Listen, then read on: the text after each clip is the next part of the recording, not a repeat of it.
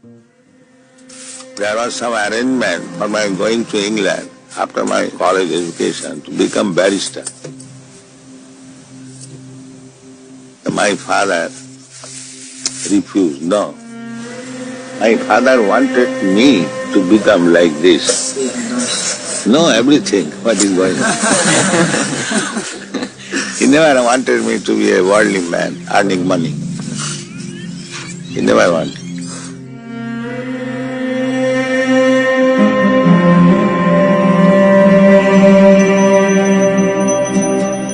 We were sleeping, father was doing arati, eating. Puja was his main business. I requested my father, Father, give me this deity I shall worship. So father purchased for me little Krishna, Radha, and I was imitating.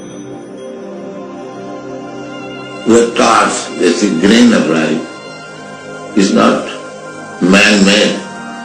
It is sent by God. It is God's mercy. This is not conscious.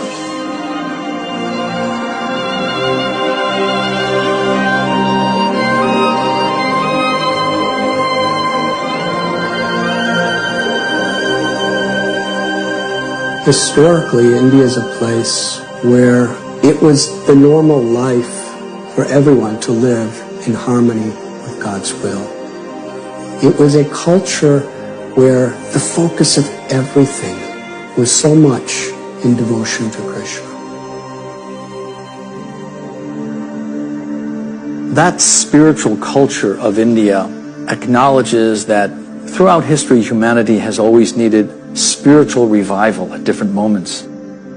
500 years ago, the pioneer of Krishna devotion, the great teacher, Sri Chaitanya, appeared into the troubled world of 1500s India.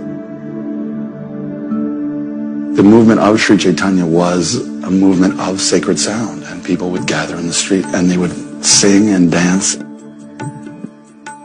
Chaitanya decided to take his bhakti movement, his devotional movement, to all the corners of India. He had inspired thousands, if not millions of people to take up the chanting of the holy names of Krishna. And people were trying to understand, well, what is this revolution for? It was for equality of the soul, to understand that we are not these bodies, and that we are all brothers and sisters, children of God. Wherever there's life, there is sacredness. And in Sankirtan, all people, Hindu, Muslim, Christian, Parsi, everyone joined. And they're going street to street, entering in every house. Chaitanya Mahaprabhu doesn't say that you chant simply Krishna's name. If you have got your own God, and if you know his name and address, then you chant his name.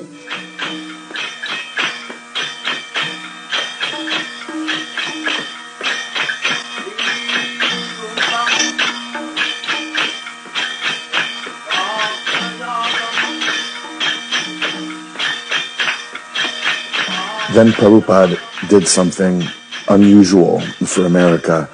He decided it was time to take the chanting and the music and the dancing out onto the streets as Chaitanya had done 500 years earlier.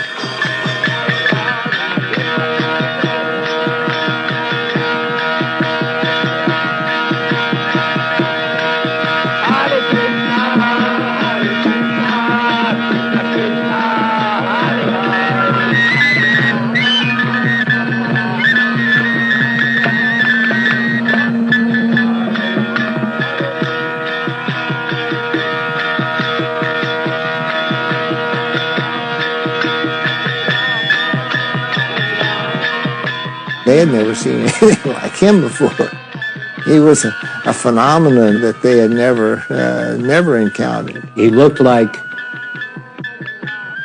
the Prime Minister of the galaxy. He was sort of forbidding looking, but when he left, he just took in the world. He was oceanic, and you just couldn't help laughing too.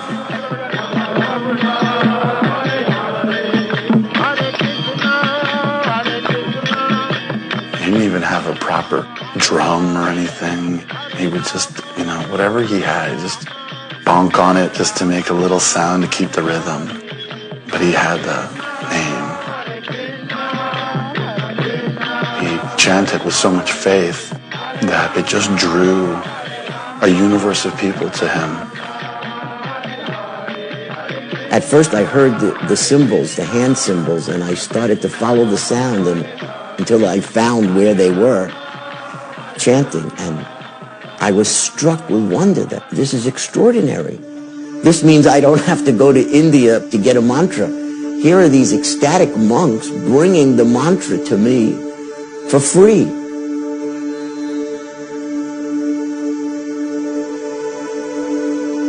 Reciting the names of Krishna is a tradition that goes far back in India as a way, when recited repetitively with deep spirituality, pulls you into the sphere of Krishna himself.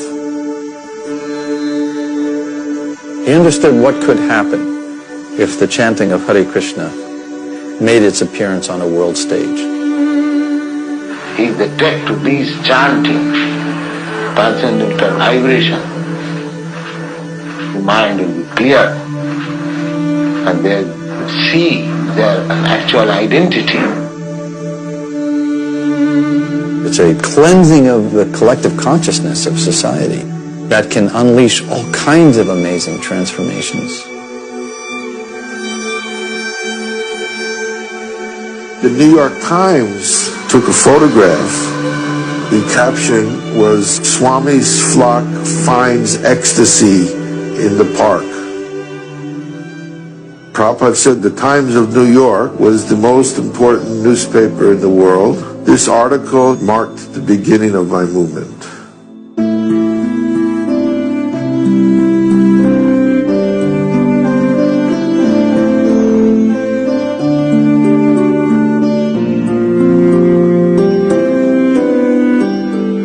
He asked me about my life, and I told him I had traveled all over Europe. He looked at me and he said, "Oh, you're so young and you've traveled so much?" And I said, "Yes, Swamiji, but none of it made me happy." And he burst into a beautiful smile and said, "Ah, yes, that is required." I am very glad that Krishna has sent nice boys and girls to help me. I don't blame the hippies. They are disappointed in the modern system of education. They are searching after something sublime.